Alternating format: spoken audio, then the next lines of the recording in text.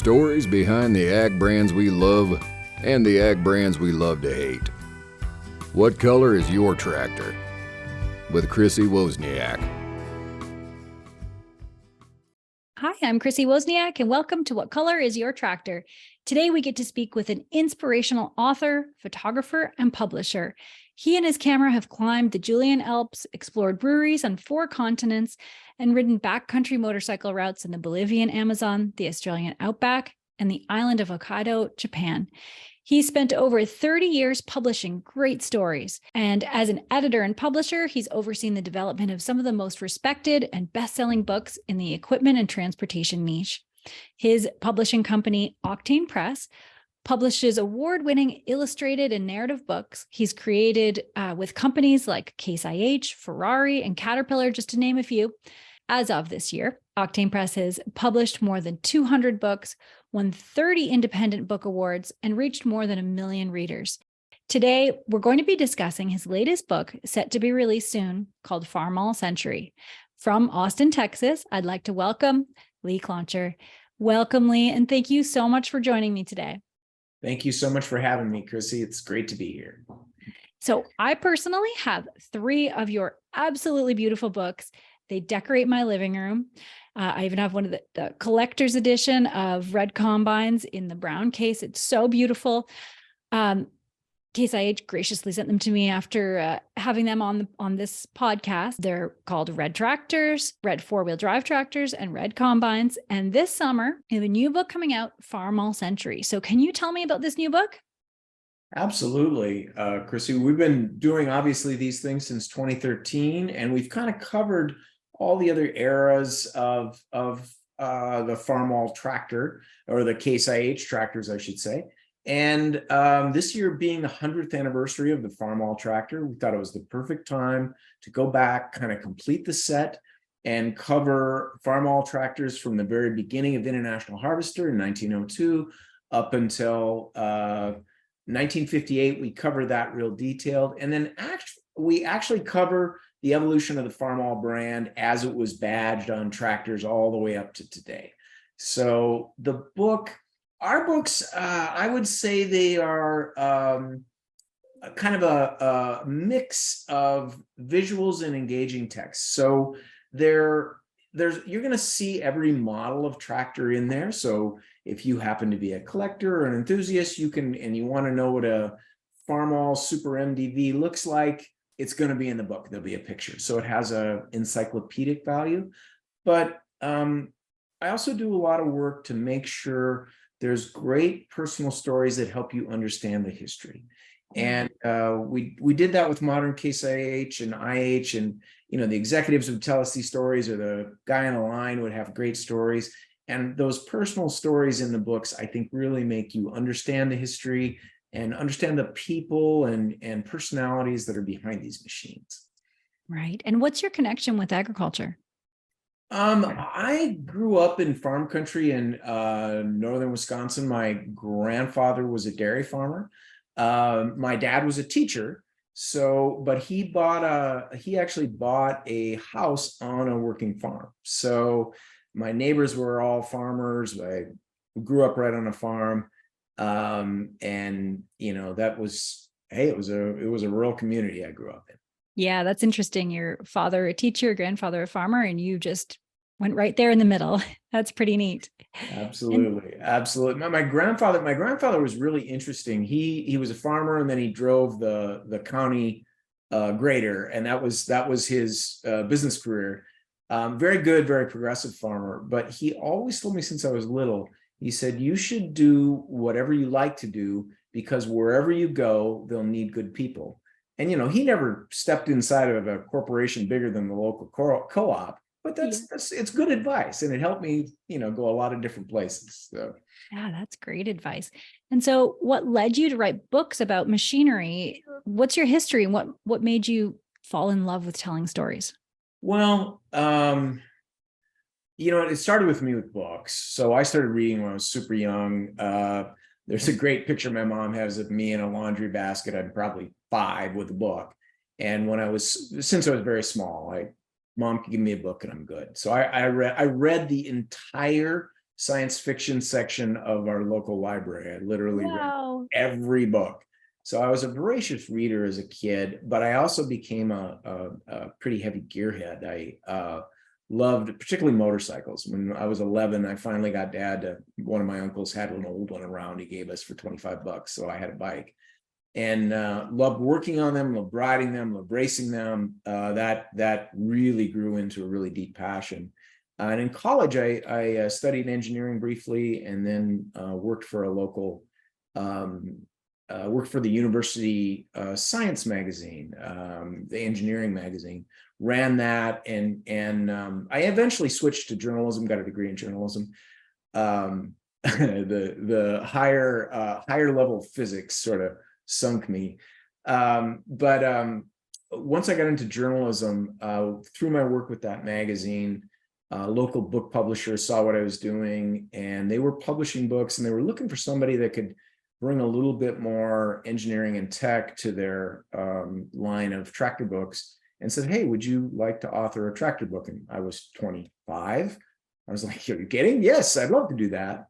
And when I did that, I went to a local tractor show because I knew a lot about cars and motorcycles. I was a big enthusiast, but tractors, and I'd driven a lot of tractors, but they weren't a passion for me at that time. So I went to a local show just to figure it out. And I was taking a picture of an old Farmall regular, and I kind of squeezed in close with my camera to take that picture.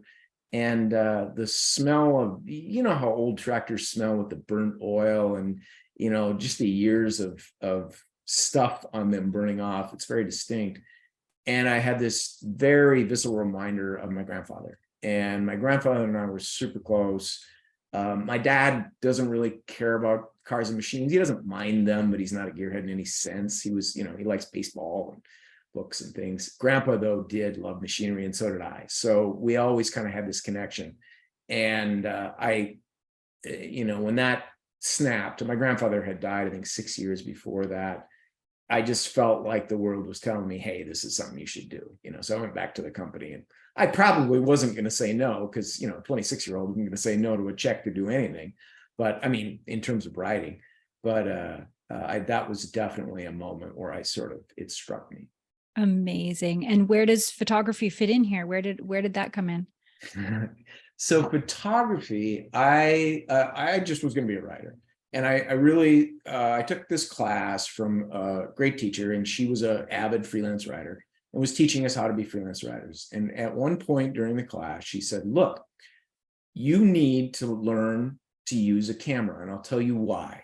She said, photographers, 90% of them are flakes. She said, they're going to give you an assignment. They're going to send you out, and the photographer is going to be hungover or forget or not show up. And if you can't take a picture, then you're sunk. You don't get any money. So she said, learn how to use a camera. So I took a class, and this wonderful guy, Randy Johnson, taught the class. He was crazy beat. He was a typical photographer, Yeah. I see you smiling. I'm sure you've dealt with enough. There's a lot of wonderful personality in photography. And I did learn how to shoot. And I was working at the Minnesota tourism office at the time. I had a internship, a little more. I was a paid internship. And I convinced them to give me a couple of days off. I was going to the Boundary Waters to take pictures. And so I took pictures, and I came back, and I got this picture of my dad standing next to the canoe with the sunrise. It was gorgeous. And they made a poster out of it. It was on the front page of the newspaper. I was like, wow, I can take a picture. I had no idea. So that was really the start, but I kept shooting professionally. It's just, if you're out there hustling and selling stories and things, just being able to shoot and write, you're cheaper for the nursepaper or magazine. It worked out. I did a lot. I shot hockey professionally. I eventually got into shooting tractors, but I shot a lot of motorcycle travel and really developed a flair for the outdoors. I love the outdoors, love nature, spend a lot of time in it, and it really means a lot to me. And that was the photography that sort of got me. Wow, that's really neat. So you must have just been, out on the road, having all these experiences. There must be some interesting stories while you've been creating these books. Can you tell us some of those? Oh my gosh, yeah.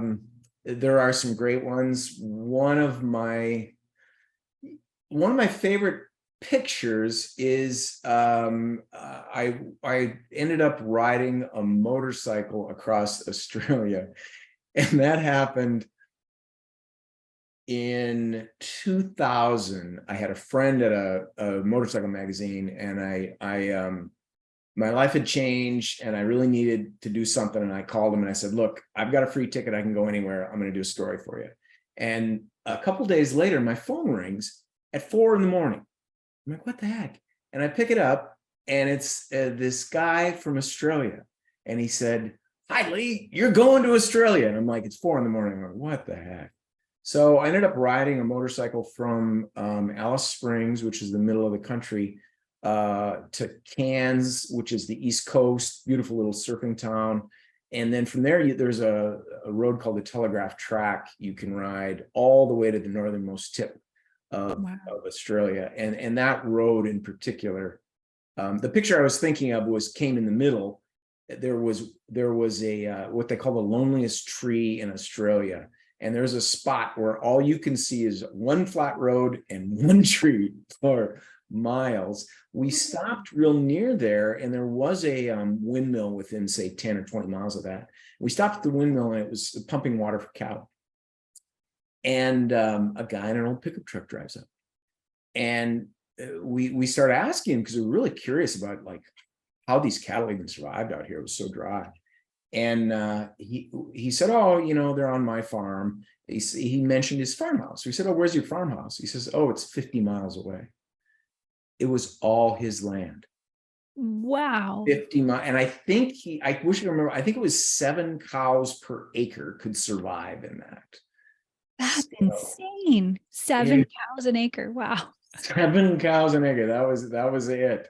So yeah, that was a really neat place. And then when we went up on the Telegraph Track along the East Coast, that road is very lightly traveled and very difficult to ride because the water crossings are so deep. So the trucks that do it all have the big snorkels and are jacked up and are waterproofed, because you have to cross sometimes 6 feet of water. Wow. And there's a lot of saltwater crocodiles.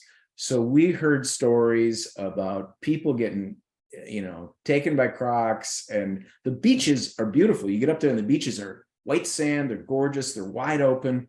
And they also have these signs, and the signs are huge. The signs must be 20 feet across. And they say, do not swim. There's jellyfish, saltwater crocs, and great white sharks.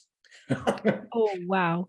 You literally aren't supposed to swim. So anyway, so yeah, there was that's just one. There was, in those, especially the motorcycle travel days, oh my God, there were some good places. I guess. Wow, what an adventurer. That's amazing. And now let's go back to Farmall a little bit. Yeah. This 100th anniversary year for Farmall. Can you walk us through what you learned about the evolution of the Farmall tractor? Yeah, and there's so much. One of the really in the book where I really got in and got fascinated is the merger and digging it that created IH.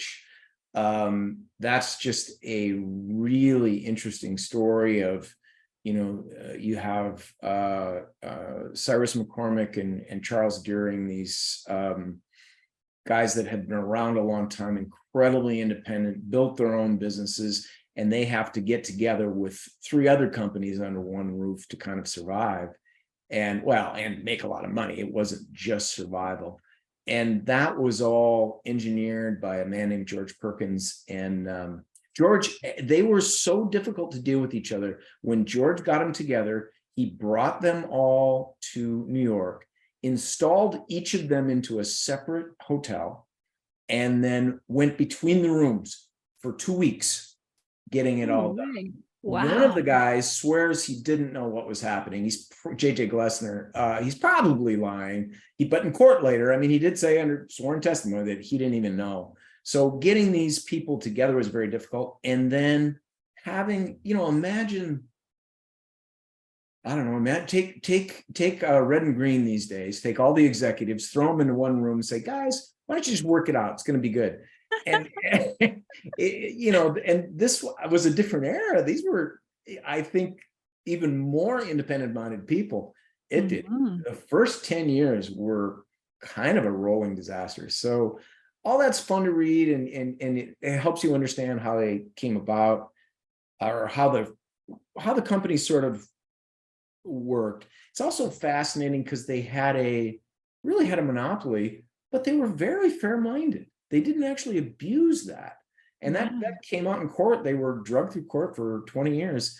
And so they were very independent. They were not easy people, but they were also pretty ethical compared to some of the others like Jay Gould and Andrew Carnegie, who were just, those were guys, they were all about the money. And if you were in their way, you were toast. And the tractor moguls, if you like, were a little different. Wow. So that's a wonderful aspect. The Farmall tractor, of course, I realize that's all pre-Farmall. The formation of the Farmall is also a wonderful story. The company had the McCormick Deering tractors they were building. So you have to, it's 1920. So Henry Ford has come out with the Fordson. He's actually just destroying the market. He's taking all the sales, and they needed a machine that could cultivate as well as plow. Really, that's the innovation. Sounds very simple, but that's really the innovation the Farmall brought. The IH was this big corporation, right? And they finally just sort of got these guys tolerating each other and working together. It's been, almost 20 years. And they realize that if they don't answer Fordson, they're in trouble. Fordsons are selling in huge numbers and, killing their profit margin. So they decide they're going to build the McCormick Deering 1020 and 1530. And that's where the corporate guys think this is going to be it. And they've got tons of money into them. All their best and brightest are on it. Meantime, there's this guy, Bert Benjamin, and Ed Johnston, another engineer, that are building these funny looking 3-wheeled things and tricycle design things that are tipping over and look weird, and they run backwards and forward. And they're like, we don't want anything to do with that. And Benjamin and Johnston, and actually the company president at that time, Alex Legg, and Alex Legg, incidentally, came from Nebraska, was a cowboy, never had a college engineer, became the company president. Wonderful. Wow. Anyway, Benjamin has to sort of battle these corporate forces, and his machine turns out to be so good that it emerges, and the Farmall comes out, and it's, arguably the most important farm tractor of the 20th century. It's one of a very small handful, you could argue, that say that's the one. That's so cool. And did you have a connection with Case did they ask you to make this book, or did you just have a passion for it? How did that happen? Case IH and I connected in way back. Anyway, I was an editor and I used to work with them, but in 2013, actually in 2012, I wanted to do a book about modern IH, and they had a Magnum anniversary. So we connected. Their licensing person, Sarah Pickett, is great, and really got what I was trying to do. And honestly, so we did that book with the Magnum anniversary back in 2013. And then and that was a license project. They were super helpful. And then on our second book, Red Combines, one of their executives, Jerry Salzman, was retiring. And Sarah, I was there at an event, and Sarah said, I think you and Jerry should work together on this book. And we did. And, that really upped my connection to that company, got really deep. Jerry knew everybody, had been around forever, was very, very forthcoming, really easy to talk to. And the relationship has deepened a lot, where there's a lot of people at that company I can call that'll help me out. And so we have close ties with them. They've continued to this day. It is a licensed book. But Red has got a little special place in my heart. I've done green as well, but the Case IH people, I have some relationships that really mean a lot. Oh, that's really neat. And the one thing that I really enjoy about your books is not that just the big, gorgeous pictures, and captivating history, but also the stories of kind of unique tractors and collections. Will the new book have that same diversity? Absolutely, absolutely. And I always try to make sure my camera and I get somewhere you can't. I feel like that's your responsibility, right? When it comes down to it, Yeah. basically. And certainly one of the special collections is John Kinzenbau's collection. John did a lot of work repowering tractors. He also has the, Kinsey, I think most people know Kinsey has the big blue wagons and built those fantastic machines. And John's just a wonderful story as well. Oh my God, such a talented young man. Oh, I got to see, he built a little, I think he took, don't quote me on which machines, but he took two machines and put them together and made a little 4-wheel drive, kind of articulated loader when he was, I want to say 19. He built it in his garage with a welder. It looks factory. It is beautiful. The welds are perfect. It looks finished. It doesn't look anything like somebody cobbled it together. oh yeah, that factory is one of my favorite factory tours of all time. And that museum in Ames, Iowa, if anyone wants to know where that is, but you should definitely, that's a bucket list tour to be on. It is incredible. And the story of his first tractor too. Just wonderful. Yeah, you got to see it. And every time you walk around that place, so we did go, he's got a huge, his first tractor, I think his first family tractor was a Farmall. Certainly one of them was. He's got a huge collection of Farmalls and nobody'd been in. So we got in, I spent 3 days with John taking pictures. Wow. It was great. But the place is so cool. Some of those buildings, almost everything, John will repurpose something. So he found like a factory that I think they almost gave him the pieces, and he literally built, he's got these 3-level things. So his tractors, they take forklifts and they can lift them up and slide them in 3 levels. So you can store 3 rows of tractors up. Amazing. It's incredible. And most of that stuff in that building is just something they scrapped from another building and figured out how to make. So he just continued that sort of home build mentality. And it's just great, just really great. Yeah, for sure. I also heard that there's a story of a very special Farmall tractor that was found in an Iowa field and was painted silver. Can you tell me about that story? Oh, absolutely. So when Farmall made their 100,000th tractor, I got to think about that.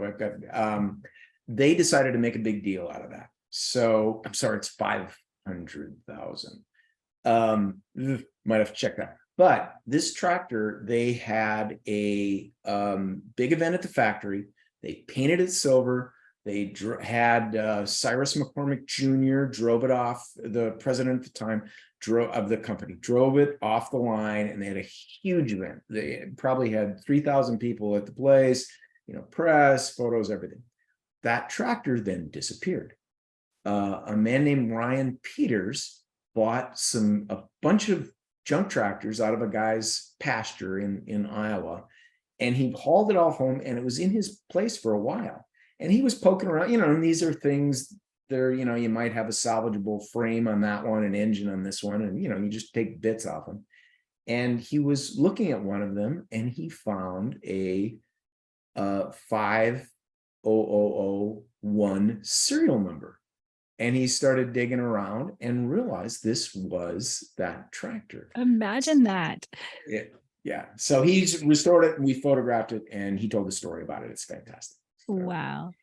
Are there any memorable people that along the way that you've researched and you've really grown to love in tractor history? You never met them, you don't know them, but you just feel like you have a bond with them?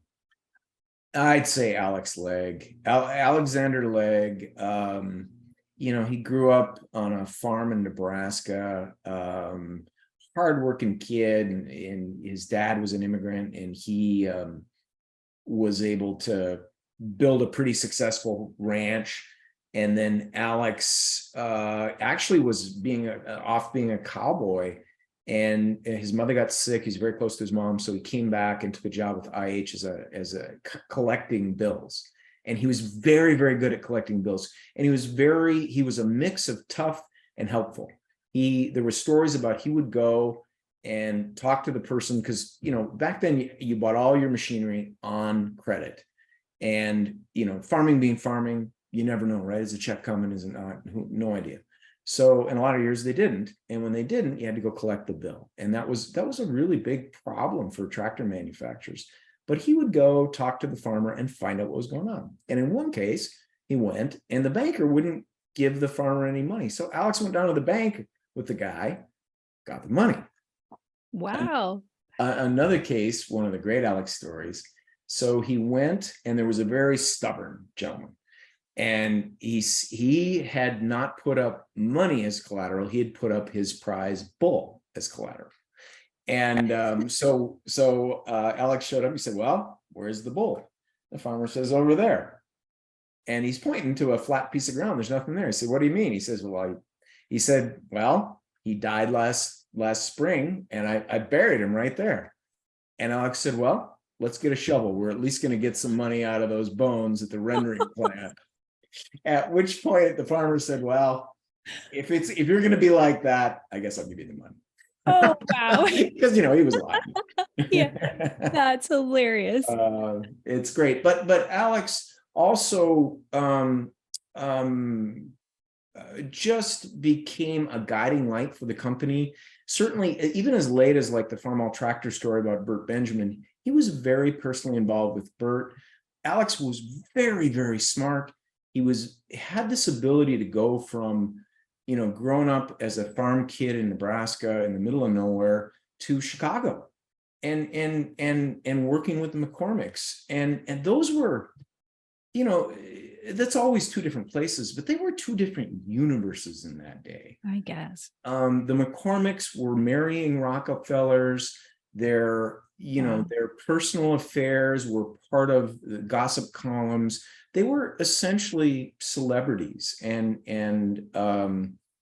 living in very, very narrow sort of Victorian age circles. And here's this farm kid, but he was so smart and so good at just stating his mind and knowing when to be tough and when to be gentlemanlike, that he became the McCormick's favorite, and eventually they made him leader of the company. And much of the smart decisions they made, when you look back at the papers and the letters and things, you can see it's his voice that was a good guiding light. So that's one that, there's a number, but that's a guy that I just admire so much. Yeah, I can see why he's so inspiring. That's amazing.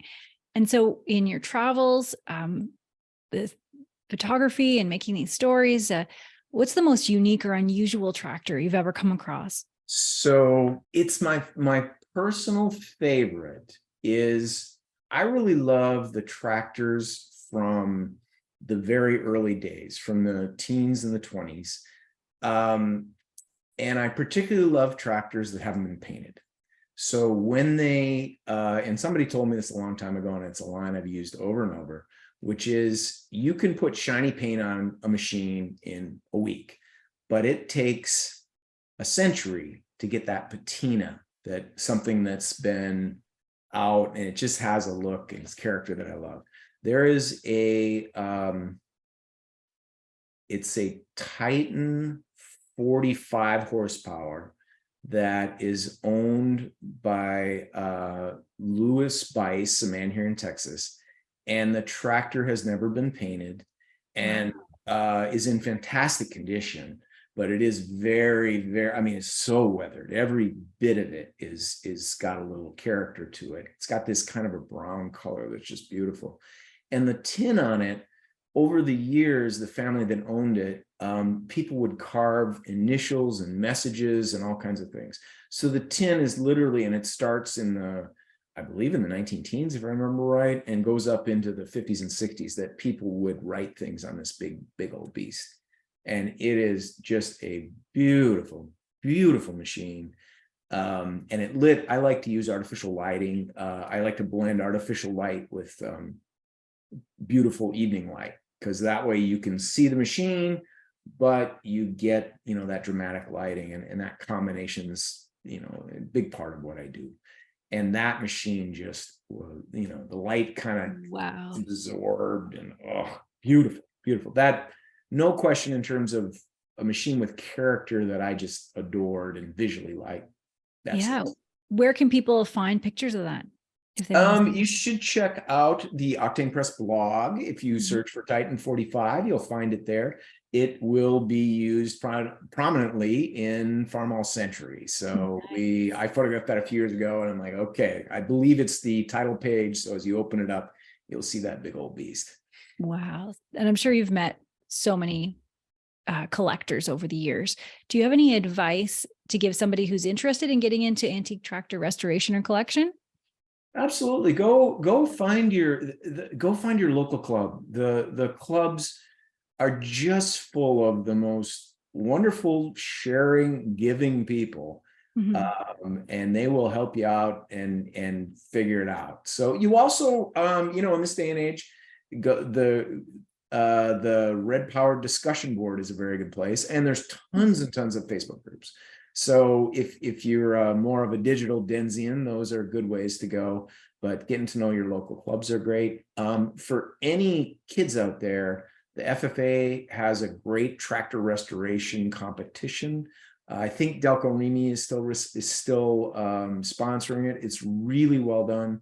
If you want to get involved in that, I just think what they're doing is phenomenal. And I see these kids that come out of it and they've learned how to use their hands and restore something old and analog. And I just think it's a fantastic experience. Great advice. And you've said before that the digital world would not have evolved without the farm tractor. So what do you actually mean by that? So if you go back to, let's say, 1820s or so, right? 80%, 90% of us as human beings are subsistence farming. That's what everybody's doing, right? So that only started to change once we had farm mechanization. So as all these tools came on, we had less and less and less of us farming. It also changed. It allowed people to both, well, I don't know if the farmers will say that they have a lot of leisure time, but they have some. And certainly in the cities, all of a sudden people were in different situations. So what I mean by that is Steve Jobs wouldn't have had time to be in his garage messing around with circuit boards if all of us were spending our time gathering food and just surviving. So the whole transformation, our culture transformed because of farm technologies. So yeah, I love growing my own food, and I just have a 1/4 acre property right now, and I grow as much food as I possibly can, and it's so much work. And I'm always like, oh, if I didn't have to work so much, I could grow more food. And I think, well, that's what we used to do like 100 years ago. Right. And for us, it's like opposite now. it has changed. It has changed. Yeah. That's so funny. So it's super fun, but I'm sure there was some of that pleasure too of, whenever you, whether you hunt and get the food yourself, or you grow it yourself, it makes it taste that much better. So yeah, for sure. And we're going to get into tractor color from a few different perspectives now. Okay. Why do you think tractor color has meant so much to so many generations of farmers now? So I do have a theory on that, and I've wondered about that too. And one thing, I've done work, especially with collector motorcycles and cars as well. And there's a difference. So obviously the motorcycle and car people love their vehicles. We all know people that do. But there is the depth of connection I see with tractor people. And so often, if I meet someone and they look at a book, we start talking, and they really start thinking back, they'll tear up, there's just really powerful emotions there. And what I thought about is, okay, we loved our cars, we love our motorcycles, but they don't feed our families. Right. And we don't spend 8, 10, 12, 20 hours on that machine. There is such a deep bond, I think, between farmers and their machines. And if you go back to the tractors of the 50s and 60s, a lot of people remember, they were very, very, very analog, and you really had to know there's a lot of little weird switches that if you don't know where it is, you're just done, you know? Yeah.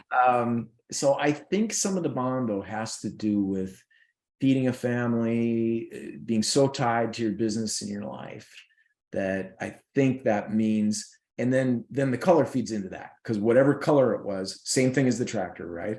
My family's red. Okay, that's it. That's that same trigger of remembering childhood, growing up, and all these things. Oh, that's great. And what role do you think that brand loyalty will have on the farm going into the next few decades with, there's fewer farms, meaning fewer decision makers, but larger farms. So how do you think that's going to play out? Boy, I don't know. A part of me thinks that it'll become a little more agnostic and a little more pragmatic, but I don't know. It hasn't changed, that people will be just like, all right, because I've met plenty of farmers that are like, yeah, I'm going to get a deer for this because I like this feature, and I'm going to get a red one for that. But I don't know. Those roots are so deep. I'd ask you the same question. What do you think? You talk to a lot of people about that. I know. You think it'll change? I think it'll always be there. I think it's grown to people that aren't on farms now, and it's kind of expanded, right? So it's not just on farms anymore. That's what I see. I'm always curious to know what everybody else thinks. Yeah, then, right. Your lawnmower or your whatever it might be. You still have the art in your kitchen, and and then from the manufacturer's perspective, right? That's what I always like to pick their brains too about this. With big corporations now owning so many opposing brands, do you think that they'll be able to preserve the loyalty even when somebody goes, yeah, well, they own those two companies, right? I'll tell you, at least definitely from a perspective of the companies I've seen, I think they'll be much better at it. So I think Case IH in particular learned very hard lessons with JI Case and International Harvester, and that blend, was very difficult, and they'll admit now that they wouldn't do what they did these days. And then when they had the New Holland Case IH, I feel like they did a lot better job. And I think there, at least, they really have come to understand that they have subgenres and they need to preserve each one. Look at Steiger. I think there's been a really nice job done with Steiger. That name is alive and it still has meaning, 40, 50 years later. So I think companies understand it better. Now, I might say if Deere absorbed someone, I'm not sure they would, just because they never did it. So, right. They brought in other brands, but Deere is Deere. So they haven't had to face that. So I think it would depend on the company and the corporate culture, but I do think there's some better understanding of that. Right. And I've had, New Holland in one episode and Case in another episode with different people from the companies, and both were like, no, we're separate.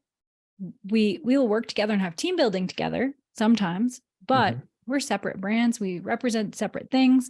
And so they are very intentional on making sure that it's run differently and preserving that loyalty. So that's what I see with those two companies anyway. Yeah. I think they're very, very, very good at it. And there's distinctions. I mean, New Holland's, they got their own thing. So Yeah. And another way to look at it, it would be for the next generation of kids, community identity. It's been a huge factor for Tractor Color loyalty. Your Tractor Color is like a sports team also, right? That announces your solidarity with this community. So do you think that this younger generation coming up will embrace that community mindset too? Yeah, I do. With the younger ones, I think you definitely do see that. Certainly the kids that I've met, and quite a few of them, the FFA kids or kids at shows or readers. I've had a number of young readers that are just amazing and knew more about the book than I did almost. There's an 8-year-old kid I will never forget, but he had already made his decision. He was ready. Yeah. And I think your analogy of sports teams is really good. If you grow up and you're a Steelers fan or you're a Niners fan, I mean, that sticks. If you're I think somewhere in that 8 to 15 range, it just sticks and it doesn't really go. Yeah. As a Canadian, born Canadian, and my hockey team will always be the Leafs. So that was my dad's hockey team. And now I live in Florida, but my hockey team is still the Leafs. It always will be. Yeah. Absolutely. Definitely I was rooting for y'all too. I'm a little disappointed, but yeah. No, it becomes, I totally understand. I grew up in Wisconsin, so, Green Bay Packers are imprinted on your collar. It's just, Yeah, for sure. Yeah. So, aside from the books we've already talked about, what other books do you have out there that you've written that would be of interest to this audience? There is a book, John Deere Evolution, which talks about it's the entire history of John Deere, but a lot of modern stuff. A lot of good stuff in that I would recommend. We have a book called Revolutionary Red Tractors, which is designed for kids 8 to 12. It takes you through the key technological changes in the farm tractor from the steam engine up to today. Highly recommend that. We just actually, 2 days ago, won our 31st Independent Book Publishing Award for that particular book for the interior design. And that's a really neat book that especially if you have a kid that's a gearhead, is ideal. Or we like to say kids 8 to 80 because a lot of adults really enjoy it as well. There's a lot of basic concepts that are explained that not everybody knows, and a lot of great photos and history, and it's just a wonderful, somewhat lighter book. And I do have a book called Tractor, which is the 160 most important tractors over the course of history. It's a little smaller, a little cheaper. If you don't want a more expensive book, those I think are in the $20, $25 range. So you can get into our line of tractor books for a little less. Check it out, see what you think. Yeah. And where can people find your books? Our books are available anywhere books are sold, but you also can go to octanepress.com. We have everything there. We encourage people to check out your Case IH dealership. They often stock our books, but any bookstore in the country you can walk in, and if they don't have it, they can order it. So nice. And do you normally go to farm shows too around the country? This year in particular, we do generally go to a couple. This year we will be at Red Power in Grand Island, Nebraska in June, and then we'll be at the Farm Progress Show and also at the Half Century of Progress Show. So and there's a chance we might go to Husker Harvest. So we're hitting a fair amount of shows for us this year. Yeah, nice, busy schedule. And my last question is always, but I think we know the answer. What color is your tractor and why? Yeah, and we did cover that. And I have to confess it's red. It's just because of my deep ties to I have so many friends at that company, so many people that I really admire and have been helpful. And so yeah, I'm a red guy now. That's amazing. Big surprise at the end here. Right. I always like getting the implement dealers or the manufacturers, and then you just put them on the spot. What color is your tractor? And they're like, well, I don't want to say. Right. No, I don't want to confess. Yours was easy. Yeah. Well, thank you so much for joining me today. What a great conversation. And I got to learn some new things. Thank you so much. Thank you so much for having me, Chrissy. It's a real honor. I really appreciate it. And thanks what you're doing, by the way. Thank you. I like that message. It's great. Awesome. And thanks so much to all who are watching or listening. If you want to learn more, the links are provided in the show notes. And I'd love it if you shared this episode and subscribe to NorthAmericanAg.com so you never miss out on an episode of What Color is Your Tractor? And have a great day.